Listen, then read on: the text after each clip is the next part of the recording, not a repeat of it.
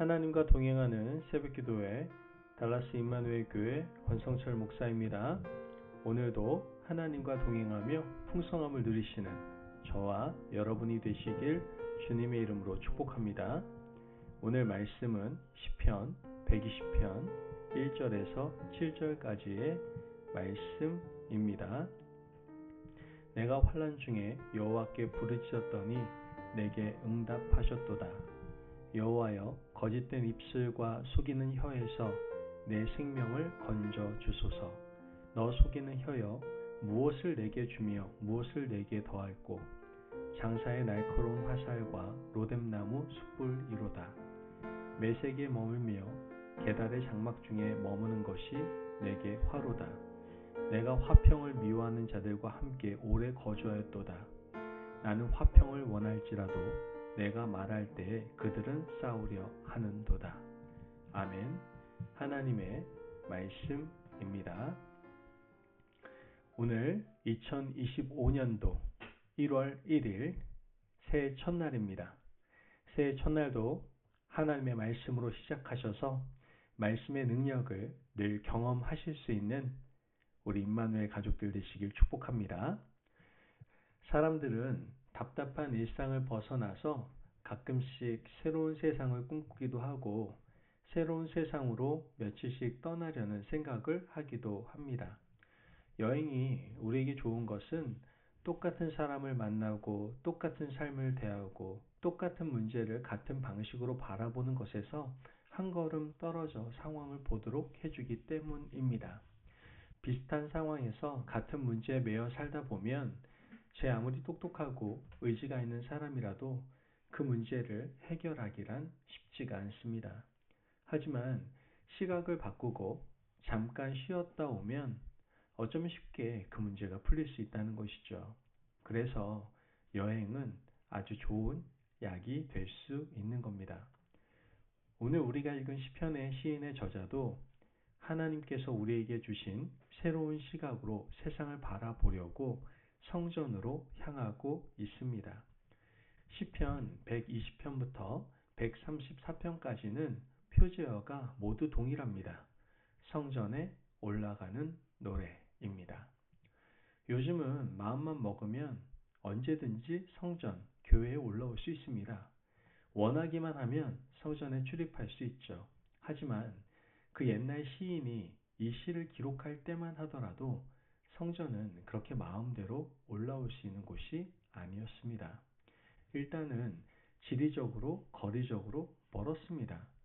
그리고 나라가 바벨론 포로로 잡혀가고 망한 상황에서 불타버린 성전에 올라오기가 어려웠습니다. 불가능했던 것이죠. 하지만 하나님의 은혜와 역사로 나라는 다시 회복되었고 이스라엘 백성들은 70년 포로기를 끝내고 포로귀환 명령을 받았습니다. 1차 포로귀환자들이 가장 먼저 한 일은 바로 성전을 세우는 일이었습니다.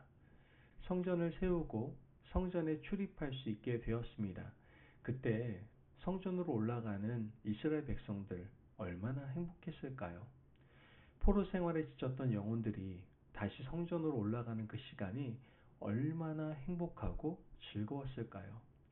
이제 이스라엘 백성들은 성전에 올라가면서 하나님이 주신 기쁨을 노래하며 찬양합니다. 그 시편을 모아 놓은 것이 시편 120편부터 134편까지의 노래입니다. 오늘 이 시인은 자신이 환난 가운데 있었다고 노래를 하고 있습니다. 1절 말씀을 보면 내가 환난 중에 여호와께 부르짖었더니 내게 응답하셨도다. 시인이 어떤 환난 중에 있었는지 2절에 나옵니다. 우리는 보통 환난이라고 하면 극심한 고통을 말합니다. 원수가 나를 죽이려고 하거나 물질적인 고통 혹은 육체적인 병에 걸려서 언제 죽을지 모르는 상황을 환난이라고 말합니다. 하지만 시인이 겪고 있는 환난은 그런 종류의 환난은 아니었습니다.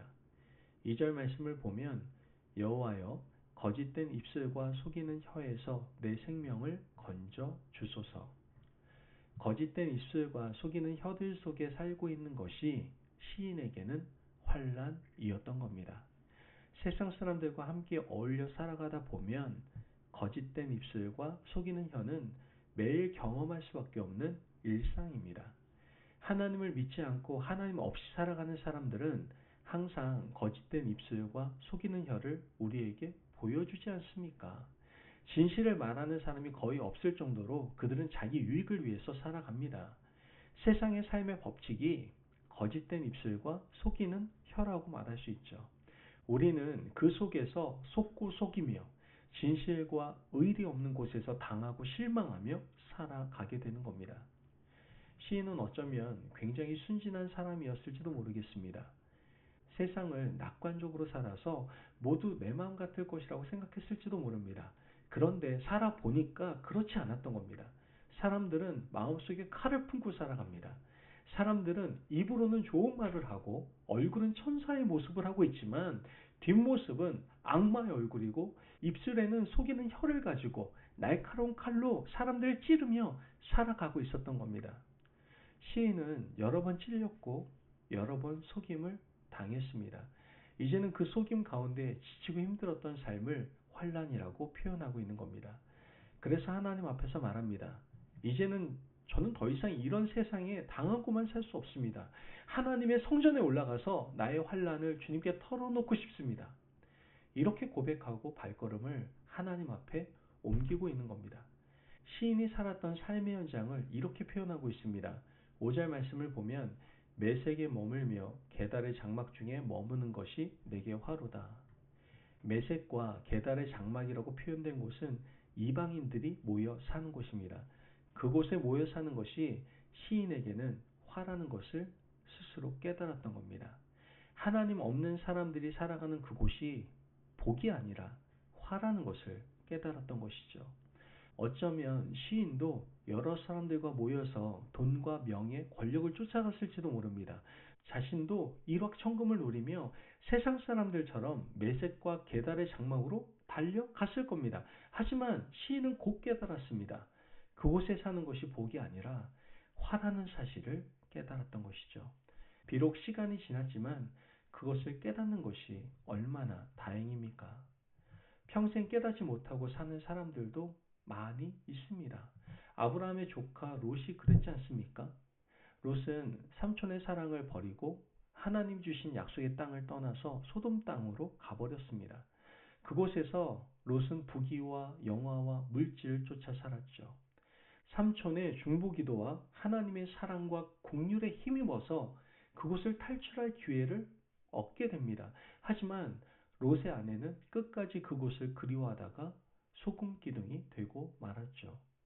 불행한 인생이 아닐 수 없습니다. 여러분, 우리도 그렇게 살고 있지는 않습니까? 오늘 이 시인은 매색과 계달의 장막에 거하는 것이 자신에게는 화라는 사실을 분명히 깨달았습니다. 우리도 그것이 화라는 사실을 깨닫게 되기를 간절히 바랍니다. 시인은 그곳에 살면서 사람들의 이상한 모습을 깨달았습니다. 그 모습을 이렇게 증거하고 있는데요. 6절에서 7절입니다. 내가 화평을 미워하는 자들과 함께 오래 거주하였도다. 나는 화평을 원할지라도 내가 말할 때 그들은 싸우려 하는도다. 여러분, 당연한 일 아니겠습니까? 사람들은 화평을 원하지 않습니다. 하나님 없는 사람들은 모두가 자기 중심적이기 때문에 화평하지 않습니다. 화평은 누군가 희생할 때 일어나는 기적입니다. 가정의 화평이 일어나기 위해서는 누군가 희생해야 됩니다. 두 사람 이상이 살아가는 곳에 평화가 있기 위해서는 한 사람이 희생해야 되는 겁니다. 내가 손해보지 않고는 절대로 화평은 일어나지 않습니다. 그러므로 세상은 항상 싸우고 분쟁하고 전쟁이 있습니다. 세상 사람들은 자기 주장을 하기 때문에 절대로 화평하지 않죠. 나는 화평을 원할지라도 그들은 전쟁을 원하는 것이 세상의 이치인 겁니다. 그래서 시인은 그곳을 떠나서 하나님, 이제 제가 성전에 올라가겠습니다. 성전에 올라가서 하나님을 만나야 이 모든 두려움과 마음의 짐들이 해결되겠습니다. 시인은 하나님 앞에 올라가고 있습니다. 다음으로 하나님을 만난 이후의 삶은 기록되어 있지 않습니다. 성전에 올라가는 것으로 이 시편이 끝을 맺게 되죠. 그러나 우리는 시인의 그 다음을 미루어 짐작할 수가 있습니다. 시인은 마음의 평화와 안정을 얻었을 겁니다. 우리도 하나님의 성전에 올라올 때 이런 복잡한 마음으로 올라오지 않습니까? 화평이 없는 세상 사람들에게 지쳐서 성전에 올라옵니다. 거짓된 입술과 속이는 혀 때문에 힘들고 어려운 마음으로 주의 전을 찾습니다. 하지만 내려갈 때는 새로운 힘과 용기를 가지고 내려가게 되죠. 오늘 그런 은총이 저와 여러분에게 임하기를 바랍니다. 하나님의 성전이 우리에게 그런 위로를 주는 곳이 되기를 원합니다. 성전에 올라왔다가 내려가기만 하면 새 힘을 얻고 하나님과 함께 동행하면서 오늘도 살만한 세상을 꿈꾸는 복된 인생들이 되시기를 간절히 바랍니다. 그러므로 성전에서 새롭게 생수를 마시고 돌아가서 2025년도 첫날을 힘차게 복되게 주의 백성으로 살아가실 수 있는 저와 여러분이 되시길 주의 이름으로 축복합니다. 아멘. 기도하겠습니다. 사랑이 많으신 하나님 감사합니다. 오늘 우리에게 귀한 말씀에 은혜 허락하심을 감사합니다. 하나님, 우리가 세상의 악함을 따라가지 않도록 우리를 붙들어 주시옵소서. 오직 성전에서 하나님의 위로를 기다리며 하나님의 은혜를 사모하며 살아갈 수 있는 저희들 될 수 있도록 축복하여 주옵소서. 감사하며 예수님의 이름으로 기도합니다. 아멘. 오늘도 하나님과 동행하며 풍성함을 누리시는 저와 여러분이 되시길 주님의 이름으로 축복합니다. 여러분 세상에서 지치고 상처 받으셨습니까? 그렇다면 성전으로 올라오시기를 바랍니다. 그 성전에 주시는 위로를 받고 새 힘 가운데에서 오늘 하루 힘있게 살아가시기를 바랍니다. 말씀 안에서 승리하십시오.